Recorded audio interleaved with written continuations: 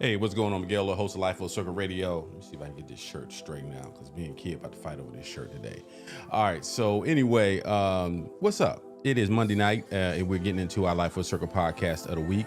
And guys, if you are on YouTube and you use YouTube Music, YouTube is now in the podcasting business, and so now you can stream both our video and audio portions of this podcast and our past podcasts on YouTube Music. So make sure you look for Life Full Circle Radio, YouTube Music, hashtag LFC Radio.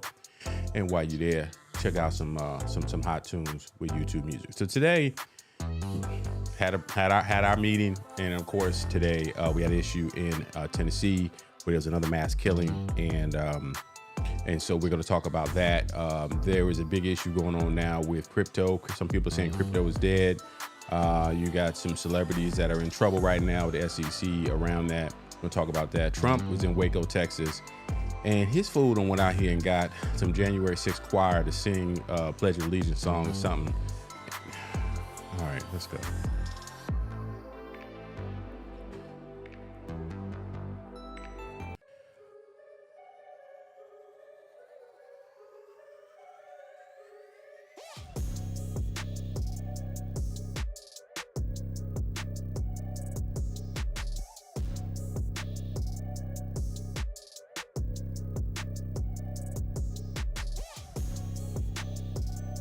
Away, it ain't been. So right there, the Shure MV88. Check it out. Pick it up. It's dope. What's going on, super producer? What's up? We plan our shows on Friday. We get so excited because all the fun stuff, and then intern Alexis is like, "Oh, I'm gonna put this on the list and do this," and then we're back in Groundhog's Day. I feel like another school shooting is happening, and it's like takes the wind out of me and Miguel's cells because we're like we can't even talk about fun stuff or Jonathan Majors, which is not really fun, but it's entertainment. Now we're into death and violence, and it's crazy. Yeah. So let's set this up. There's a shooting in Nashville, in the Nashville area. There's a young woman who they came out the gate and they tried to paint a picture that she was a teenager. She was not a teenager. She was 28 years old. She killed 6 people, I believe, students and faculty. I want to say 3 students. 3 students, 3 faculty members. 3 students, is where 3 we're faculty. at so far. Is where we are thus far, and she was killed in the midst. And so, You want me to add some more background to the story? Go ahead. Okay, the shooter was gunned down. The shooter who gunned down 3 children, 3 staff members at a Nashville Christian school on Monday was a former student who carefully planned the attack with detailed maps and surveillance. We have some writings that we're going over that pertain to this date. the actual incident. They actually have her manifesto that she wrote. Now, the confusion about this story is if she is transgender, but it hasn't been established if she's a boy who transitioned to female or Mm-hmm. a female who transitioned to male. What it looks like to me is that she is a female who transitioned to male. Okay. And she went to a Christian school, so I can only imagine the vitriol that probably was swarming inside of her, Mm-hmm. going to a Christian school. Mm-hmm. Also, in the state of Tennessee, they have practically banned across all ages gender affirming care in the state of Tennessee. So that was already a huge issue. I am Mm-hmm. not making excuses on why this girl did that. What I'm saying is there are certain situations where it becomes a powder keg and people just act stupidly. And that is what I feel like this is. Mental illness is real, guys. It is a real thing. And you exasperate it by treating people who are humans as if they're not. And when you look at this Exactly. situation and you say whether you agree with that or not, there's absolutely no reason to treat people with disrespect. And then what ends up happening is that you treat people bad enough and some people are going to respond. And so this young woman, for whatever reason, I haven't read her manifesto, so I'm not going to profess to know exactly what was her thought process with this. But we've got to, and just so happened, and set it up, this woman who was whose family was affected by another shooting in another city. She was visiting Tennessee with her On family vacation for spring and break. for Yeah. spring break, and then she has to deal with this. And these were her words. Aren't you guys tired of being here and having to cover all of these mass shootings? I'm from Highland Park, Illinois. My son and I survived a mass shooting over the summer. I am in Tennessee on a family vacation with my son, visiting my sister-in-law. I have been lobbying in D.C. since we survived a mass shooting in July. I have met with over 130 lawmakers. How is this still happening? How are our children still dying, and why are we failing them? Gun violence is the #1 killer of children and teens. It has overtaken cars. Assault weapons are contributing to the border crisis and fentanyl. We are arming cartels with our guns and our loose gun laws, and these shootings and these mass shootings will continue to happen until our lawmakers step up and pass gun safety legislation. I'm pretty sure this was an unsecured weapon that this teenager got a hold of. We can't even pass gun safety, like safe storage laws in this country to protect kids from getting a hold of weapons that they shoot each other with. Aren't you guys tired of this? You guys sick of it? Yeah, and of course that was before it was clarified that it was not a teenager, as we mentioned. It was a 28-year-old woman who was involved in this situation. But I'm just so, what's the words? I want to make sure I pick my words correctly. Frustrated.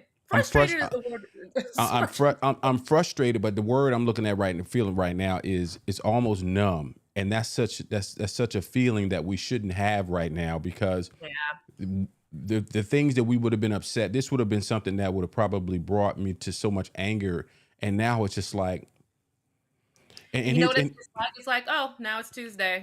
I feel really bad. It's sad. What am I making for dinner? but here's the And thing, that's sad. it's sad, but here's the thing, just a week and a half ago there was an incident at Michelle's school where my 11-year-old school here, 2 young ladies get into a fight, and one girl cuts a girl up and cuts her face in the fight.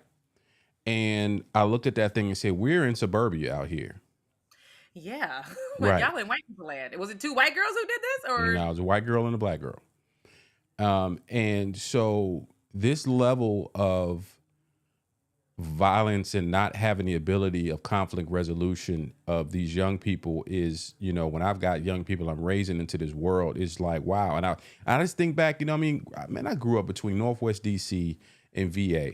It was not like I grew up like, right. It's like I used to tell people all the time, growing up in DC in the heart, in the time of the crack epidemic in the 80s, I was blessed to, as crazy as it may sound, I saw one person get stabbed. Other than that, people were dying around us. We know that type of activity is going on in the community. I was blessed to that and have to experience that. I didn't work my behind off. My wife worked our behinds off to move out here to suburbia to now have to worry about this type of stuff. But it's the reality. The reality is that this is what we have to deal with. It is definitely reality. My dad grew up in DC, and my dad grew up in Metro DC, right by the White House. Back when he grew up, was not like a safe area. It was, Right. but they grew up in 2-parent household. My dad came out safe, but a lot of the people that he grew up with drugs, Yep. gangs, like the whole Yep. thing. So Yep. in that area, like you said, you expect that. But here, Devon's school, when Devon first started at Lake Mineola High School, a young man brought a gun to school and killed himself in the bus circle. That was Devon's first intro to high school. And even with guns outside of, our experiences, the teacher who was shot by a 6-year-old a month ago. Remember that story that came out where the little boy brought the gun to school? In Virginia. In Virginia. Yeah. And he shot his teacher. These things are now so common. We just go, oh my God, that's so sad. And here's the thing: oh my God, that happened. Instead of as you say that, God. as you say that, I have that Virginia was in the Virginia where I'm from. It happened in Newport News, Virginia, and I know someone who works as a counselor in that school. I think you told me that. I think you mentioned it on the show when we talked about it. And the thing about it is that, and then the story you just told me about Devon's school, as close as we are, you've never told me that story before. And you would think if something as traumatic as that had happened, we would have had a conversation about that before. But it's becoming Omar had to remind me. Omar had to remind me that happened at the school. I had completely forgotten about that. And he's like, remember at Devon's school, the one thing? I was like, oh yeah, I forgot about that. Yeah, we're becoming so desensitized to this trauma that we're dealing with on a day-to-day basis, and it's sad. And then, the transition, Donald Trump had a rally at Waco. Oh, I thought you were talking about the other part of the story when you said transition. I'm sorry. Oh, no, I'm not talking. The other part. that Put a bow on that because you done brought it up. Go ahead. So that's what I wanted to do. Go ahead. The story that concerns Life Full Circle Radio's team is that it's now turning into transgender people are now all mentally ill. They're now all crazy. They're now all going to kill us. I'm like, so wait a minute. We're not supposed to think that about white males. Right. We're not supposed to think about black males who do crazy stuff and gangs. Right. We're not supposed to think about them who's Hispanic males when Trump was all around saying that they're rapists and stuff. Right. But now all of a sudden for transgender people, we're now supposed to think they're all mentally ill and crazy and need help. It's nuts. It's nuts. It's otherism. And it's that thing where, y'all better learn how to leave people alone, man. I'm just telling you, man, let folks live their lives, whether you agree with their lifestyles or not, whatever it is, let folks live their lives, because we are so far down the rabbit hole now. We have so much access to each other and each other's lifestyles. A lot of stuff was going on at times where we were not around each other. So how people were living was their business. We didn't really care. It ain't an otherism now. You're working with transgender people. You're working with gay people. You got gay people in your family. You got black people and Hispanics and racist. You got everybody that's in your space. And if you don't start treating people with respect. Everybody's throwing around the word grooming. Oh, gay people groom and groom. I'm like, well, so do Christian pastors and so do priests. So do their uncles that are living in their homes. Like, it's not like, everybody's got to stop. We got to let everybody live their lives. But, as much as we say that, folks ain't going to change. But because you have situations like this.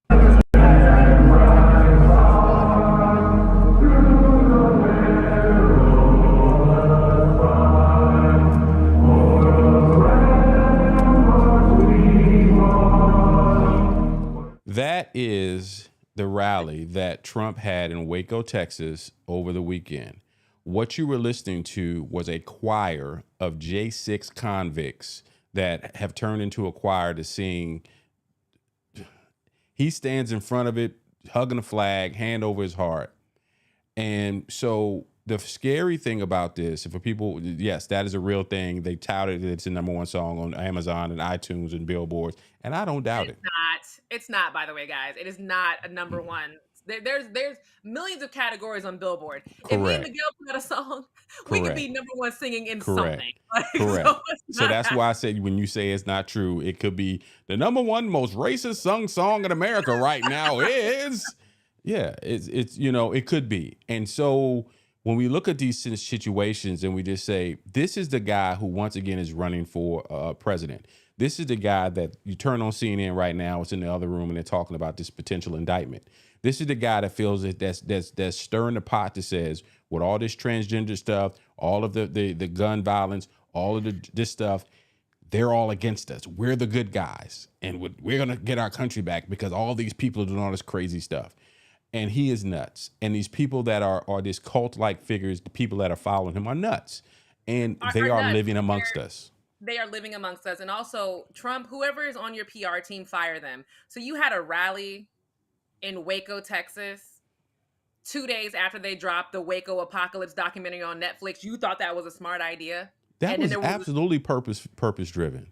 That was horrible idea. And then there was you're thinking like you're thinking of a rational person. I think of a rational PR person. I'd be like, no, we're not going to Waco. No, he's thinking that this is a perfect opportunity. Go out there. It's all about cultist activity. It's all about us against them. It's all about the whole militia movement.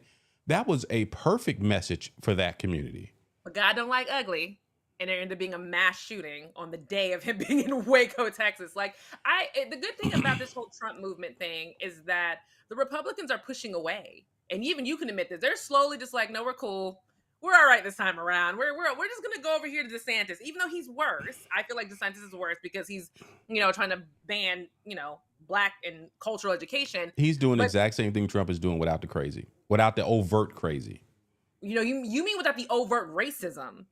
What DeSantis is doing is overtly saying, so all the slavery stuff and all the cultural stuff, we're just gonna not do it because it makes white children feel uncomfortable, even though white parents, I even heard it for a fact from white parents at soccer who were just like, well, no, my kid needs these classes. Like, my kid needs these courses. Like, right, but they want us to eventually get to a point, right, where these kids have no idea that this ever happened. Like we laugh and joke, from a pop culture standpoint, some things that we just assume every kid knows. Like every kid knows a Stevie Wonder song, right? They don't. If we don't play it. Alexis the Intern is on that list of correct. So stuff that is a pop culture thing. So it is easy to sit up here and say, do not teach them this in school. And unless their parents, unless we decide we're going to make them learn this stuff on our own, then they are not playing. People understand the Ron DeSantis of the world, the Trumps of the world are not playing with y'all. They are like, okay, we're going to erase all this stuff. We're not going to, because when it's all said and done, I was listening to an African comedian online that was saying that there's a bunch of African kids who don't understand colonialism. The entire continent of Africa pretty much has been colonialized. And they just think that, these white folks are amazing. Imagine if that type of propaganda, and think about it, we have access. Our kids have a lot of access, but there are a lot of countries where they still do not have the level of access nowhere near what we have. No, you're right. And, this is one of those times you have to kind of be glad that in certain countries, and even in this U.S. and Florida, there are white allies and the white teachers are just like, no. Like, we're going to teach this stuff. It needs to be taught. And they're fighting against Ron DeSantis and what he's trying to promote. And there are even really crazy people like Laura Loomer, who hates Muslims. And you think of her name, she's got banned from Twitter. She just got back on thanks to Elon Musk. But even she's just like, this is not Republican. Why are you doing this? I don't understand what you're trying to do. Like, I don't get what the message is. And she's racist. And she's still just like, I don't get what the message is. I don't understand the problem that folks need to understand, and for some of y'all, I always go back to this reference. If you grade this stuff on a curve, Trump is the worst, right? He's the curve. He's all the way over here. Yes. So then all of a sudden you start seeing people like Lindsey Graham and Ron DeSantis and Marjorie Taylor Greene and these people, where they're not as bad. Yes, they are. Okay, so Marjorie Taylor Greene has always been just as bad. I mean, she's awful. So if Trump is here, Marjorie Taylor Greene is here, Ron DeSantis is here. They want her or Carrie Lake, who lost in Arizona, to be his running mate. Because they think all you need is a vagina. That's all you need. All you need is a vagina. Of course they do. Of course they do.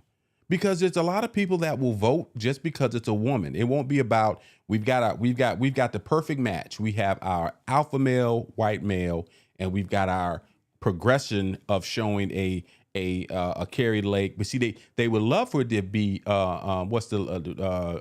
Nikki Haley, but Nikki Haley won't play ball. She's not going to play second fiddle. She's not going to play second fiddle, at least not yet. No, they ain't throwing enough money and opportunity at her yet. After all the work she's done as a politician before she went straight Trump stupid, she was a governor who had a lot of success in the party and bringing the two parties together. She was a U.S. ambassador to the UN. Now to play second fiddle as a VP, I mean, she's not a Kamala Harris. Kamala Harris needs to play second fiddle. She deserves it. She's not good enough to be president in my here we eyes. go.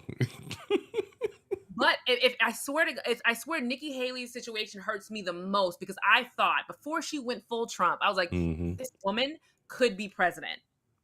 She could be president as a Republican. She could do it, and she could be amazing at it. She's smart. She's brilliant. She's brown. She's brown. And she ain't no browner than she's definitely not browner than Kamala Harris. You just talking about Kamala Harris ain't do nothing, and Nikki Haley done so much. They're both the same level of brown. They're both the same level of brown. They're both Indian women mixed with something else. Correct. So my point is that you act like Kamala Harris was not a senator. She was not a very successful politician. Right. Anyway. But she wasn't a governor. She wasn't a governor. She wasn't a U.S. ambassador. No, she wasn't a governor. She was governor senator. That's no, saying, that's not how it works. You talking about a senator in the state of California, right? And a governor of South Carolina. How much success did she have?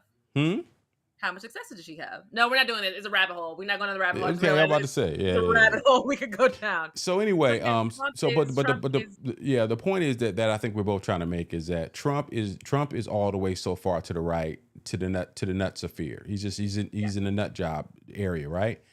But if we bring that video back up, that place was packed. No, it wasn't. Camera angling.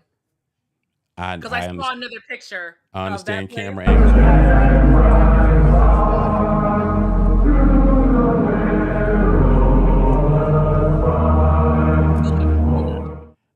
Here's the thing. I'm not saying that's enough for me to believe that those people, that number of people, is a serious threat. But to me, as nutty as he is, that he can still get that many people to come out, it's a concern. And it's early. It's off season. It's not even really. We're not even in political season yet. Do you know when he lost people? He didn't even lose people because of some political stuff that he said. I remember the moment that he lost a bunch of Trump supporters. He had a big old rally somewhere in the Midwest when it was freezing cold. The rally was over. He spoke for just 4 minutes. The rally was over, and all these people had to walk a mile back to their cars in freezing cold temperature. And that's when people were just like, "Nope, I'm done." But see, the challenge, and I agree with you 100%. But that same nutty person that would walk a mile in the snow has the same vote as you and I. This is true. And there's a whole lot of them that are out there.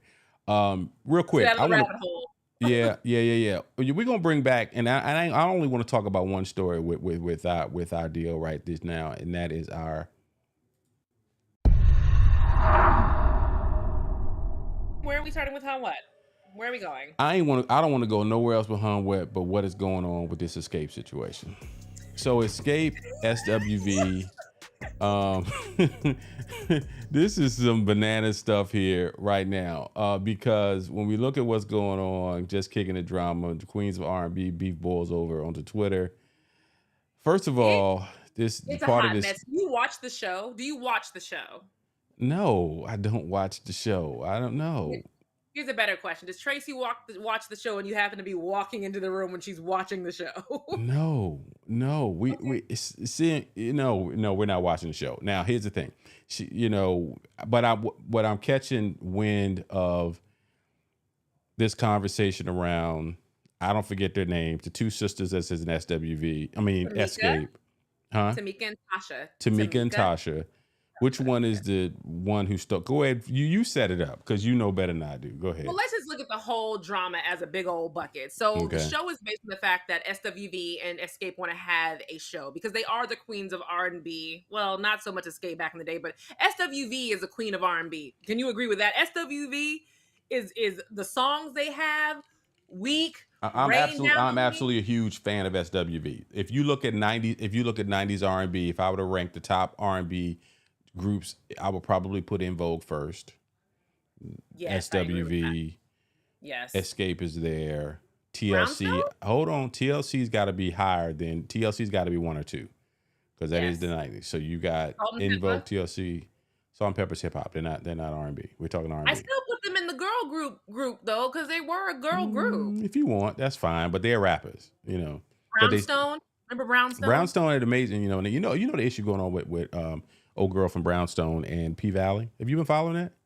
No, I don't care. So the lead singer from Brownstone, I forget. I guess because I follow her on Instagram, I see her stuff. She claims that she is suing the creators of P Valley because she said that is her story. They stole that story from her.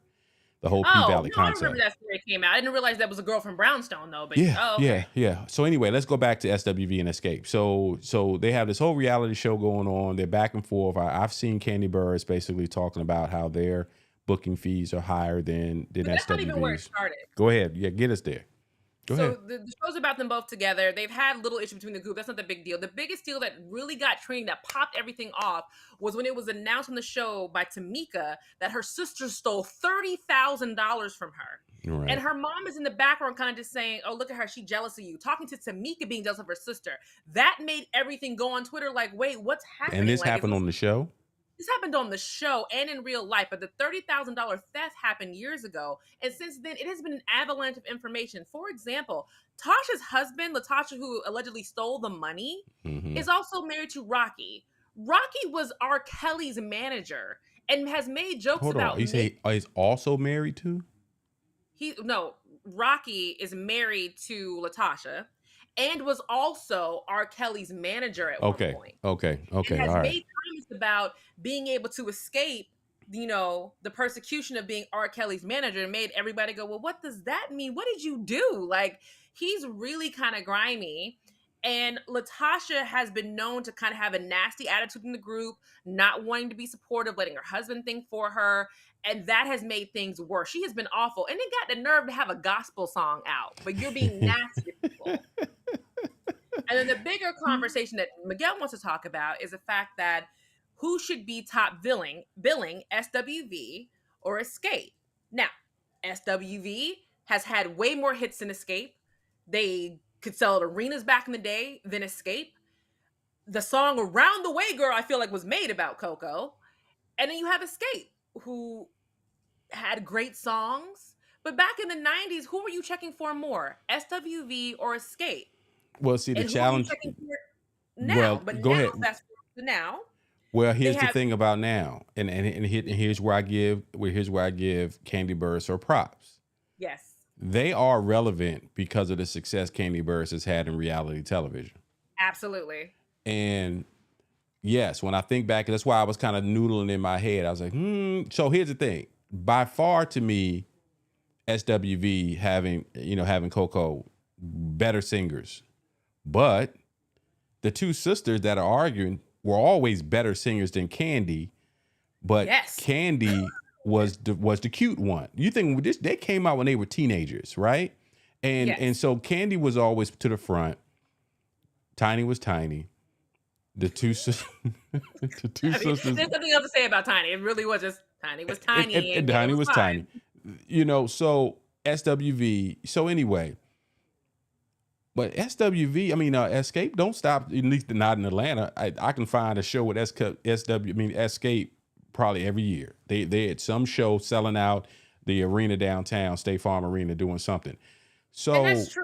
And what I will say is that one thing they said about is that Candy that I really agree with is that even though Candy couldn't sing as well as the other two, her voice is so distinctive. If you hear her voice on a song, you go, oh, that's an Escape song. You know it's an Escape song. Absolutely. You know it's an Escape. That's how distinctive her voice is. So I agree with her saying, like, I sung lead because my voice makes Escape. Not because she sings better.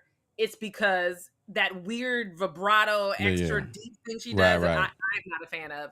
But I like the songs is what it is. Now, they made a comment about SWV having 50 shows a year and how they saturated the market. I was like, Candy, no. Lately, since you guys have both been on reality TV, Escape has been saturating the market. Am I wrong or right about that? Well, once again, everything you're telling me from a business standpoint, SWV probably has done a whole lot more shows, because they took a long break, right? They took a long break from being a group, probably 10 years or more. You got to think now. Right. So you think about Coco. Coco had a solo career for a while. Then you had the one that's married to Eddie George. She did some gospel stuff. So then you had the one that's married to Eddie George, Tosh. Okay. She was out of the business. I would probably say 8 to 10 years that she just wasn't doing. She was just being a mom and a wife. She's just being a mom and a wife. The other one, I can't remember her name. Lily was on some more other stuff. You know, she didn't. So, and then they even did reality TV for a while, right? They did one SWV show, did reality TV. So to your point, the reason why that a SW and the Escape is probably has higher booking fees because they're a lot more visible. Tiny's married to Ti. Candy has been on reality TV forever. The other two were the ones. Tiny had that show, Family Hustle. Yeah, they've had reality shows forever. So those two make them much more visible. With the other two sisters now coming in here, what really rung my bell was like, y'all messing up the money here because y'all out here acting a fool, and because y'all on reality TV, like this isn't live. When you start talking about reality TV, this was recorded and then edited and put out and promoted. And so y'all decided this is what y'all wanted to promote with y'all, and we're going to promote this nonsense. But here's the crazy thing. Candy has a show called Speak On It that she talks about the show after the fact. And she has been like, I have no idea why the editors cut A, B, and C, D out because those were good conversations. But then the editors came out and said, we're trying to keep it to only stuff that happens on the show. So if SWV is arguing about something that happened 15 years ago, or Escape is arguing about something that wasn't on the show, there's no context for that. We can't put that on the show. I was like, well, y'all leaving all the meat and potatoes off to the side that we want to know about. We don't care nothing about them arguing on the show. I want to know why Coco had such a big ego and they broke up. Or the fact that Lily was so poor, she was living in her car and working at the water department in the Bronx. And when her songs would come on, they would make fun of her. Like, why couldn't she call Coco or Taj and say, hey, I'm hard on my luck. I need some help. Because they paid well. And your people, that's a whole nother I gotta have some of my music industry people, we got to get on our show, because there's a lot of people don't understand that a lot of musicians that we think are really making a lot of money, they're not. They are not. They are not. When they make money when they tour. If they're not touring, that's what they can control. But as far as the money they're getting from streams and from you knowing their name and you hearing their song every day on the radio or streaming it, they ain't making a whole lot of money off that stuff.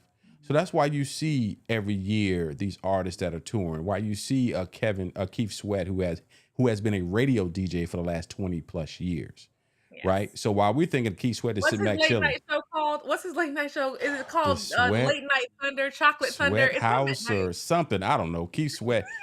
So this how long Keith Sweat been doing that radio show. I was still in radio when he started that show. I have not been in radio for 18 years. Is it Sweat After Dark? I know it's Sweat a late Hotel night, or something like that. The Sweat Hotel. It's called the Sweat Hotel. It is only late night. I'm Armageddon on songs or whatever. Right. So he talking all slow, and they say he's got a huge problem with alcoholism. I'm gonna see it this week because we're going to the New Edition concert again this year. It's coming into Atlanta. Roll your eyes again. What I'm saying is, no, I'm tired of y'all hearing y'all stuff, and me and my husband aren't invited. We're poor, so can you invite the poor people to go do stuff?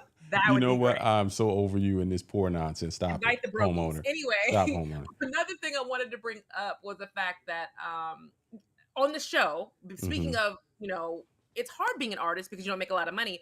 Coco is putting her son through dentistry school with no loans or nothing. This boy, and he also can sing, and he wants to sing, and she told him, this is hard. I don't want you to go through what we went through when we had nothing to fall back on because all we could do was sing. He was like, well, no, I want to sing.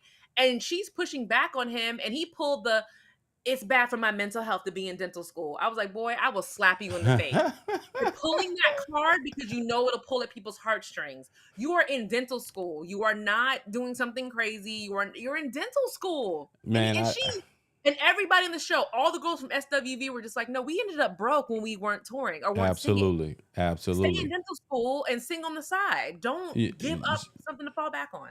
So one of my college classmates, John Murray, who we had on the show way back in the day, when we were still on Blog Talk Radio, he's now the executive producer or director of the Sherry Shepherd Show. And he and Coco are very good friends. Like, they hang out, you go to his Instagram, they having dinner, they doing everything together, right?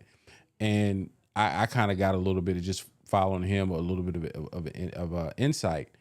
But guys, it's just a lot of people, man. Laz Alonso, who we've had on our show before back in the day.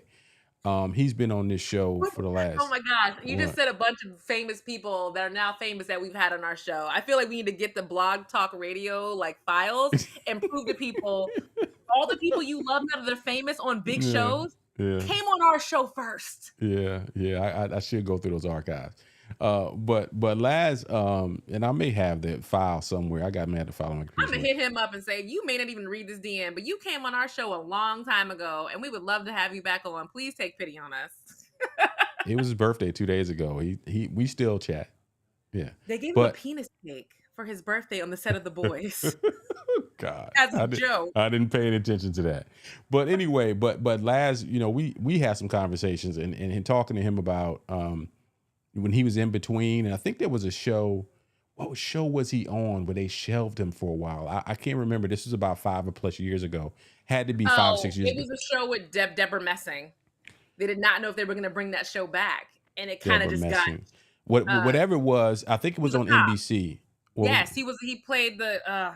Hold on, I'm gonna get you the name. And so here's the story behind that. While Key is looking that up, he was shelved. He could not do any other shows for this 2 or 3 year period, even though he was still getting paid. And people have to understand the Mysteries of Laura. That is a show he got shelved on because he played a police officer, and they weren't sure if they were going to bring the show back, but because of his NBC contract, he couldn't do nothing else. He couldn't do any other work for years. And I remember kind of going back and forth with him a little bit. And then when he ended up getting a gig with The Boys, which is on Amazon, I was happy for him because people just assume, man, people ain't just sitting. These people are, they living up in LA. They ain't, which means they're not paying the same type of mortgages we paying, and they've got to do, being a working actor is contract to contract to contract.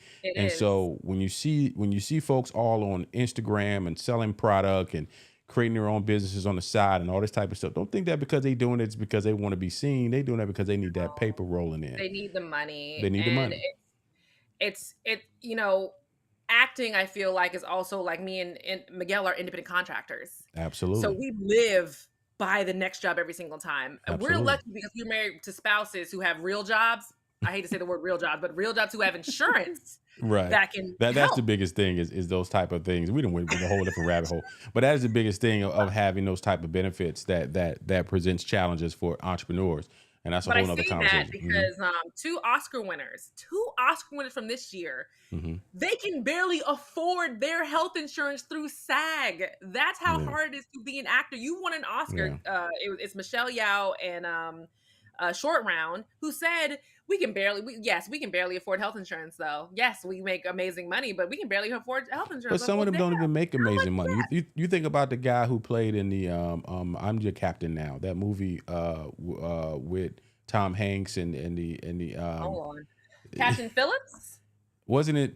I think so. But what I remember about that movie was that the character that everybody loved that said that line I just said, he was paid $60,000 to act in that movie. Like legit, that's a couple contracts for some of us who are independent contractors who have different types of businesses, right? So that's not something that we think is, So let's see where he is now. I'm the captain now. His name is Barack Abidi. Let's see what acting roles he's had since then. Keep scrolling till you find it. Right. Exactly. He's acting, but he's not acting in anything major. Right. So he's going from, and here's what that acting industry, for some of your folks, let me give you a little bit of education. And our man Shed G, who comes on our show, he was just on our show about a month ago. Shed and I had this conversation. If he goes and does a Tyler Perry movie, Tyler Perry will pay him whatever he pays him. Don't know the numbers, don't need to know the numbers. That's Shed's business. But he'll go and say, I'm going to come to this movie, and a whole movie will be shot in 10 days in Atlanta. Okay? That happens. Like some of those, like a Tyler Perry movie would be shot in 10 to 14 days. The whole movie. Of course. And so he's paid in a lot of cases by the week. Like you and I, other folks who work a 9-to-5 job. And so when they talk about, okay, I can't leave, when Method Man didn't tour with Wu-Tang last year, whenever it was, and people were mad that Meth was not there because he was shooting not Empire, but shooting Power, power. Yeah, because that's consistent money. That's why these folks are taking these type of gigs, that they're getting these year, 2 year, 3 year contracts. They saying, okay, I'm gonna get this money first and the 15th, or am I gonna go on tour where I might get 10,000 this night, 50,000 next night, 20,000 next? Nah, I'm gonna stay over here. So let me tell you, I'm an independent contractor, but I keep my steady gigs that I have where I know I'm going to get paid on the 1st and the 15th of every single month. I keep those, and I have my clients on the side because that's how you survive. That's how we get this mortgage paid, and that's how you survive. It's crazy. So and so to put a bow on this Escape SWV story, my thought on the whole thing was, my God, you guys are messing up y'all money. Yes, ma'am. Your hands is raised. Yes, ma'am. Tamar Braxton, nobody was talking to you though. So please exit out of the Escape SWV conversation. We don't care about your new song. We don't care about your new white fiance with all them babies mamas. We do not care, ma'am. Nobody cares. Get out of this conversation. So we still in the what? So what is going on with Tamar Braxton? She got a white fiance, got a lot of baby mamas. What's going on? Okay, so Tamar went on the Queen's Court, which is on Peacock. She found her fiance, who's a white lawyer in Atlanta. He's from New Orleans, so he's that weird white guy. Like all know like how Creole, probably. He's like Creole, like he's that kind of guy. But he's got a lot of babies. He's got 5 babies, moms, and he's got kids and the whole thing. But she inserted herself into the drama with SWV and Escape. Her song "Changed" is actually a sample off an SWV song. She also has an issue with Candy, so she has been going hard at Candy on social media, saying that Todd, Candy's husband, kind of like threatened to fight her at a party and this and that. The problem with Tamar is one thing. Tamar, you have been so extra for all these years. None of us believe you. You have exaggerated. You have been so just like, so this is what it is. I'm she, I'm her, that we don't believe what you have to say. So you being in this is like you're just trying to promote your song. But even Miguel knows that. He has no idea what's going on. Of course. And when it's all said and done, it comes back to the same formula. How did we get to know about the Tamar Braxton? Despite all our great singing talents, reality TV. Yeah, yes. And the formula for these people is do what you know best. You got a new record coming out, go stir up some controversy, reality TV. Sierra, you got a new song coming out, reality TV, right? By the way, I did not know you caught my face when I said that. I looked, you guys got to go to our YouTube channel to see it. I looked at the YouTube short. I was like, dang, my face was real aggressive. Like, Yeah, y'all can just see some of my YouTube shorts or something. I think we were talking about Sierra and Aaliyah and all that. I may see it. Yeah. So anyway, but point being, Tamar was just Toni Braxton's sister. Nobody cared to know about her till she got into reality TV business. And now she's had a 20-year career. She was married to a mogul at that point where we should have kind of knew who she was. And we still didn't care that she was married to, I don't remember the guy's name. Manager. Is that why he, the big guy that she was married to? I don't remember why he was. I should know a lot more of these industry people and what they do, but I don't. So anyway, that was your How Was segment of the week. It was super long, but it was super fun. All right, so we were supposed to talk about, before the show, we got a few minutes left, this situation with cryptocurrency. And is that the last big story we need to talk about, what we haven't talked about? Let me see. The Trump, we talked about Trump. Let me look at the list of stuff. But the crypto story, let's jump into that because that includes Soulja Boy, Akon, Neo, Lindsay Lohan, and some other folks. So I'm trying to get it to pull up. So as a lot of people know, if you're in the investment business, even if not investing in crypto or Bitcoin, doesn't matter, but crypto and Bitcoin have kind of, the bottom has fallen out of it. And a lot of people are being charged by the SEC for, scamming people or, promoting fake scams about Bitcoin or crypto, or just selling fake crypto. This has been bad. So right now, the Soulja Boy, Neo, Akon among 8 celebs charged by SEC for crypto promotion scheme. It's also Lil Yachty, Akon, Neo, and Soulja Boy are among 8 celebrities that have been hit with Securities and Exchange Commission charges over accusations of violating securities laws while promoting cryptocurrencies. The list also includes Lindsay Lohan and Jake Paul, as well as singer Austin Mahone and adult film star Kendra Lust. Stop it. The SEC disclosed in the press release on Wednesday. So these people have been, promoting and touting crypto as the next big thing. They should all invest in it. And people have been investing in it, but then the bottom fell out of it. But that didn't stop these people from kind of promoting that they should get into crypto and Bitcoin. So the SEC is not playing games with people. The Fry Festival kind of showed them that celebrities can be dangerous when it comes to promoting things. And they've really cracked down since the Fire Festival incident. You remember talking about the Ja Rule situation down in wherever island he was on. Yeah. Yeah, and that changed how people advertise online, even when people on Instagram had to put hashtag ad. That's because of the Fire Festival incident. So they're cracking down on social media. Yeah, the whole crypto thing, and there are people I know who are still in it. I've never really gotten into the crypto piece, Bitcoin and all that, but there are others who are still saying that it hasn't gone away. It's still there. It's still, and people still got a lot of money in crypto.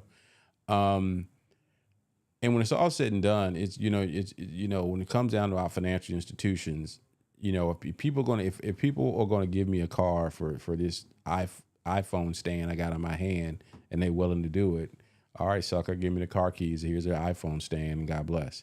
I just.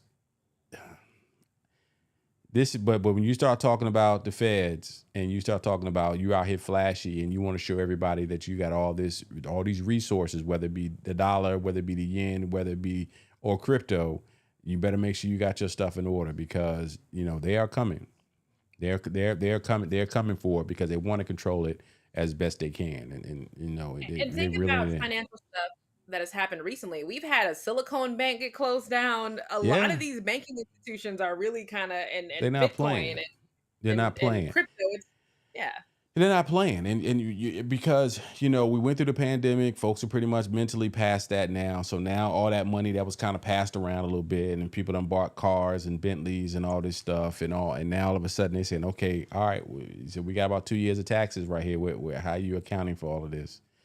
All you people who think you're not going to get caught still from you guys getting a fake PPP loan, they're just taking their time. They're going through every single post person and looking at all the money and da-da-da-da. And me and Miguel probably were both approached, you should get a PPP loan. I was like, no, thank you. That seems like a really horrible idea. I'm not doing that. Well, that's a whole different conversation that I've had on Chamber Live on my Black Chamber show. But a lot of the problems where Black folks couldn't get PPP loans because their paperwork wasn't in order. And that's something, as Black entrepreneurs, get your shit together. Oh, I said it. I meant it slipped. But it is what it is. It's fine, but that's not why, though, because even my white Mormon boss who had all his paperwork together, they told him no, even though he had 7 of us employees, had a huge business at the bottom fell out of. They said, we're like, no, we're not giving you anything. It's like, what? It's a little. I'm not saying that all white folks got them and Black folks didn't, but people who I know in the financial space who work for everybody from SBA to banks to all of that, they said the reason why Black folks were not getting not only PPP loans but just loans in general is because you don't have your taxes in order, you don't have your certifications in order. There's a lot of paperwork not in order. What you want to say? Go ahead. What makes me ask? How did all the ghetto hood rats get the PP loans they get in trouble for now? How did all of them get the loans? Well, evidently they did something that was fraudulent, and now they may be in hot water. But here's the thing. You laugh and you talk about all the hood rats. A lot of them hood rats, they be like, man, I got my paperwork together. I did my annual registration is taken care of. And the shoe. Okay, you can joke all you want. I know some wealthy hairdressers and people selling clothes online who killing it, and they looking at us with our bougie behinds like, you stay your broke behind over there. I'm moving over here, and I'm bring my whole ghetto family over here. So yeah, you can joke about them ghetto folks all you want, because they come off ghetto, mean they ghetto for real. That's why Buckhead will never be the same because of that. Anyway, all right. So anyway, what else you got on your mind? We got a couple more minutes before we get up out of here. What other stories? Let me check my list. We didn't even talk about Jonathan Majors, did we? Oh, that's the one that we missed. The Jonathan Majors story. Okay. I knew there was something major we were supposed to talk about. Jonathan Majors, who I have not seen Creed 3 yet. Have you seen it yet? I haven't. I need to. We just haven't. We're going to wait till they come on the TV, child. It's fine. We're going to try to slip out. For a lot of stuff. We're waiting on Ant-Man. We're waiting on Creed. Believe me. Please wait on Ant-Man to come to the TV, to Disney Plus, because Ant-Man was terrible. Good. But Jonathan Majors, who is a star of both Ant-Man and Creed 3, has his girlfriend who accused him of assault, and then she recanted her Right. story. And of course, the media, it was very aggressive in talking about how much he supposed to put his hands on the girl. But when it comes down, when she recanted her story, you haven't seen as much coverage of that. But what you got? So actor Jonathan Majors was charged with assault and aggravated harassment during his Sunday arraignment after his arrest in New York City. Officers arrested a 33-year-old Creed 3 star on Saturday in Manhattan in connection with an alleged domestic dispute involving a 30-year-old white woman. Didn't say white, but got to put that in there. She was taken to the hospital with minor head and neck injuries after the alleged assault. Now, a lot of these stories that I've been reading online have not posted the updated part of this. That the taxi cab driver came out and said, that's not what happened. That's not what happened at all. That there's camera proof and video footage, and the girl recanted. His Army commercial was actually pulled. He's in the Be All You Can Be commercial. That was pulled. Marvel has not made a comment. I think Marvel's going to continue to keep him in the movie. They think they can pull him out because he's such a major part of Phase 5. He is the right. You know what? Let's say what it is. He is Phase 5. They can't just pull him out of that film franchise. They could put somebody in, but it's gonna look stupid. So I'm glad this has come out, but I do feel bad that when also other stories are coming out with other people who have worked with him saying that he's vicious and vile and this and that. And it's like, okay, I don't believe that. I'm sorry, I don't believe that. We're watching him in interviews with other people. You heard the roid rage stories now. Now he's on roids. That's how he got on. Yes, he's in the roid rage or whatever. And that also makes me bring me back to, you guys ask all these expectations of actors. You want them to get deep inside of the role. You want them to get fit and trained and big for these roles. And then when they have bad reactions, something happens, and all of a sudden, oh my God, there's such horrible people. I can't believe this. But wait a minute, you told them to take the steroids.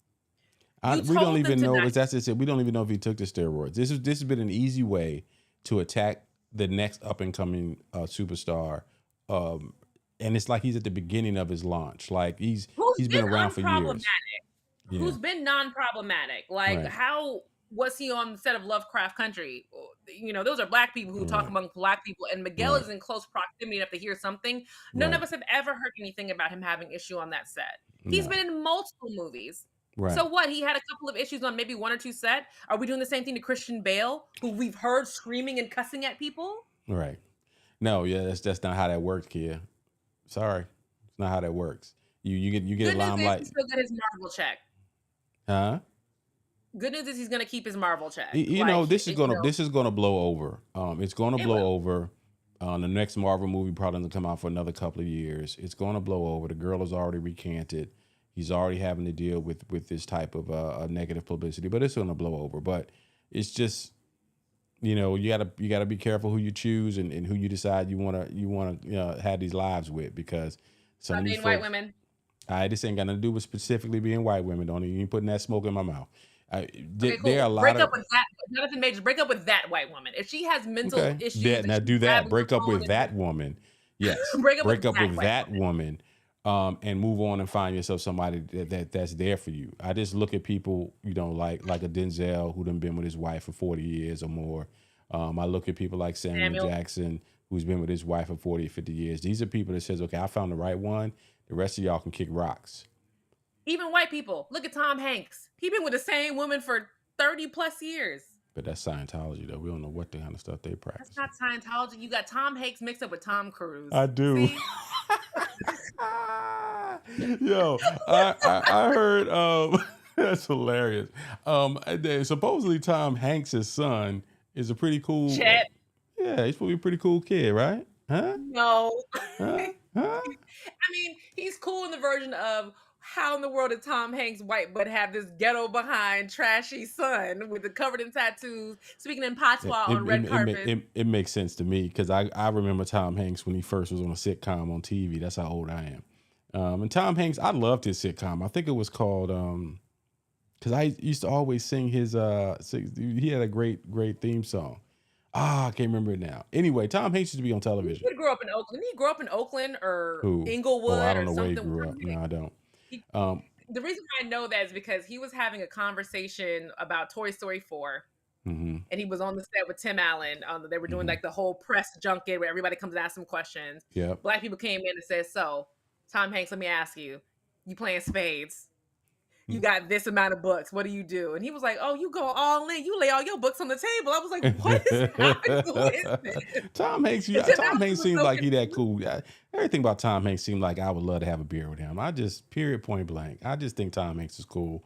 I think he's got a movie out right now on Apple Plus that I think I might sneak in and watch that, where he's playing an old man, get Otto? off my lawn type of thing. Otto. The Man Called Otto is the name of the movie. Have you seen it? Is it any good? I have not, and I will not. We are stuck on Ted Lasso right now. We are stuck on. We are, You we are know, lassos. and we just slipped into our final segment of the show, which is what are you watching? We watched the first. What season of Ted Lasso are we on now? Is it 3 or 4? Season 3. So I think we watched 1 and 2, and I think we need to try to go ahead and get into season 3. There's a couple other shows because right now we're kind of like holding on like by a thread with a couple of shows. Because we got to pick up a couple new shows because Snowfall, which do you watch Snowfall? You don't watch Snowfall. Okay. Not at all. Not even a little bit. So Snowfall, you know, RIP to Uncle Jerome. Snowfall is the final season. And if you watch Snowfall, that would mean something to you. RIP Uncle Jerome. RIP. Yeah. And then it's so funny how invested people are in these shows. Because, man, sometimes some of these... It's hilarious, man. I go online and read some of this stuff, man, like Power. The main character that played James St. Patrick, I should know him, because anyway, this dude, his character was killed off in the show like 2-3 years ago. And there are people who swear. Let me just say how crazy people are, because you didn't watch the show, but I'm going to lay a scenario out for you. He got shot and fell over a balcony of a nightclub. Imagine nightclub is basically 2 stories. You know, you go upstairs, nightclub, the bar's upstairs. He fell over the railing of a nightclub, fell all the way to the ground to a concrete floor, and people are like, we never see the body get taken away. He's still alive. They faked his death. Between Power or Ghost, whatever that show is called, BMF, and Snowfall, it has Negroes in a chokehold. I'm telling you right now. It's those 3 shows. Absolutely. I'm watching all of them. I'm watching all of them. It's my guilty pleasure. My brother asked me one more time, you watching BMF? No, boy, I told you a week ago, stop asking me every Sunday. We're not watching it. We are watching Ted Lasso because we love Ted Lasso. Get into it. We're lassos. And we watched Unprisoned with Kerry Washington. I heard people say it's not good. Is it good? Who told you that?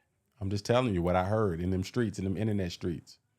It's good, but Kerry Washington's character is super annoying. We're so used to seeing her put together, sassy Olivia Pope. Now we're seeing her as annoying, whiny, cranky, and I don't think people don't like that version of her. And also, Delroy Lindo is great in everything. He's great in everything. Everything he touches, he's great. All right, y'all. So anyway, thank you for tuning in Live on Circle Radio for the week. And so we're going to keep going on coming to these internet streets. We're going to try to figure out a good night. You know, my wife is taking a little bit of a sabbatical, so we might have a little bit more control on our schedule. We'll talk about that offline. Yay! Just a little bit. We'll talk about that. We'll talk about offline. I'll stay. I never stay. I usually go right to the room and go to sleep. I'm going to say I want to know. All right. Okay. All right. Peace, y'all.